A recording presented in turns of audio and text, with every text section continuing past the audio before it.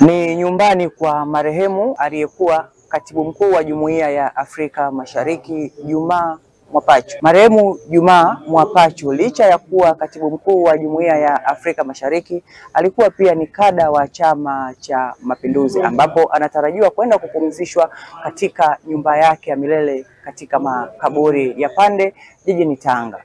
Viongozi mbalimbali wamehudhuria mazishi haya toka serikalini, chama na watu binafsi. Na kama unavyoona mtazamaji, ni majonzi, vilio vimetawala katika kwenda kupumzisha ndugu yetu Jumaa Mwapachu. Mimi ni Ibrahim Kunoga. Jumuiya ya Afrika Mashariki ambako ndio ilikuwa sehemu yake ya mwisho kufanya kazi aliyotumwa na serikali, nao wamehuzunika sana na kifo cha Mzee Mwapachu. In fact, wakati wa kutimiza miaka 25 alialikwa kuja, lakini inaonekana afya yake si njema sana. Mheshimiwa Mwapachu alikuwa katibu mkuu wa 3 wa jumuiya. Wa kwanza alikuwa Mheshimiwa Francis Mudhaula, ambaye tunasema kwamba alipewa jukumu la kuianzisha. Wa pili akawa Mheshimiwa Manya Mushega, yeye alipewa jukumu la kurudisha imani. Lakini aliyekuja kufanya shughuli ya maendeleo ya Jumuiya ya Afrika Mashariki ni Mheshimiwa Balozi Mwapachu. Na niwahakikishie kwamba ameacha mtihani mkubwa sana, kwa sababu kila katibu mkuu aliyefuata baada ya pale alikuwa anaunganishwa na Mheshimiwa Mwapachu. Na mpaka huyu sasa wanasema kile kikifanyika kitu ambacho watu wanafikiri kwamba hakijaenda sawa na utamani kiende sawa, reference ni Mheshimiwa Mwapachu. Balozi Mwapachu alikuwa ni fahari ya nchi yetu.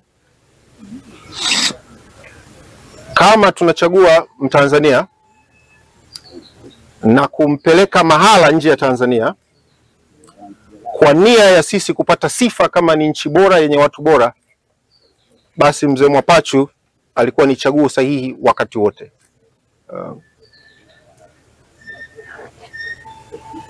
Mzee Mwapachu, Balozi Mwapachu alikuwa ni rafiki wa wengi. Aligusa maisha ya watu wengi. Alisaidia watu wengi. Alikuwa na muda kwa kila mtu. Ametimiza wajibu wake kwa familia yake, kwa nchi yake, kwa bara lake la Afrika na kwa jamii yake ya huku Tanga. Wajibu wetu sisi ni kumuomba Mwenyezi Mungu amwepushe na adhabu ya kaburi, amsamehe dhambi zake na amjalie pepo. Sisi tunabaki pia tuna mengi ya kujifunza kwa mzee wetu, na nilikuwa nazungumza hapa na mzee wangu jaji mkuu mstaafu kwamba kina Hamza mna viatu hivi ni vikubwa. Familia hii ni kubwa, ina heshima kubwa. Mzee Mwapachu ni mtu mkubwa, ameacha jina na heshima kubwa katika nchi yetu na duniani kote, na tunayo kazi ya kuendelea kuilinda heshima hii aliyoiacha, ikiwemo mila, desturi na urithi wa familia. Na tutaongea zaidi Hamza pembeni tafsiri hasa ya hayo. Wengi sisi ambao hasa tumeingia kwenye siasa, tumeingia kwenye shughuli za utumishi, kwa tunamwangalia Balozi Jumaa Mwapachu kama miongoni mwa nembo za Tanga, miongoni mwa nembo watu ambao tungependa kuangalia na kuwa wao siku moja katika shughuli zetu za utumishi. Na kusema kweli alikuwa mtu ambaye watu wengi walikuwa wanajifunza kwake, na wengi tumejifunza mengi kutokana na yeye, sio tu kwa anayoyasema, lakini hata anayokuuliza na kufanya upate nafasi ya kuchimba zaidi, kujifunza, uweze kupata majibu stahiki. Kwa hiyo najua ni ngumu kupata maneno ya kusema kwenye misiba, kwa sababu wafiwa wanakuwa na uzito mioyoni mwao, kunakuwa na wingu kwenye vichwa vyao, na hakuna maneno stahiki yanayoweza kuliondoa hilo, isipokuwa niwaombe tufate nyayo zake, tufate yale mema ambayo ametuachia, alikuwa akiyafanya yawe mfano kwa maisha yetu wengine, na inshallah mwisho wetu utakapokutukuta huo mwisho mwema, kwa sababu kila mtu lazima ataishia huku. Napenda kutoa salamu za pole kwa familia, kwa mama, watoto, ndugu na jamaa na wakazi wote wa Tanga. Msiba huu ni mkubwa sana. Kubwa sana. Na Juma hakuwa ni Mtanzania mwanazuoni tu, lakini pia alikuwa ni Mtanzania ambaye amechangia sana katika kuwepo, kukua kimawazo, kifikra kwa taifa letu. Tunamwomba Mwenyezi Mungu amhifadhi, amweke katika Jannatu Firdaus, na wafiwa wote. Huu ni mtihani ambao sote tunapita.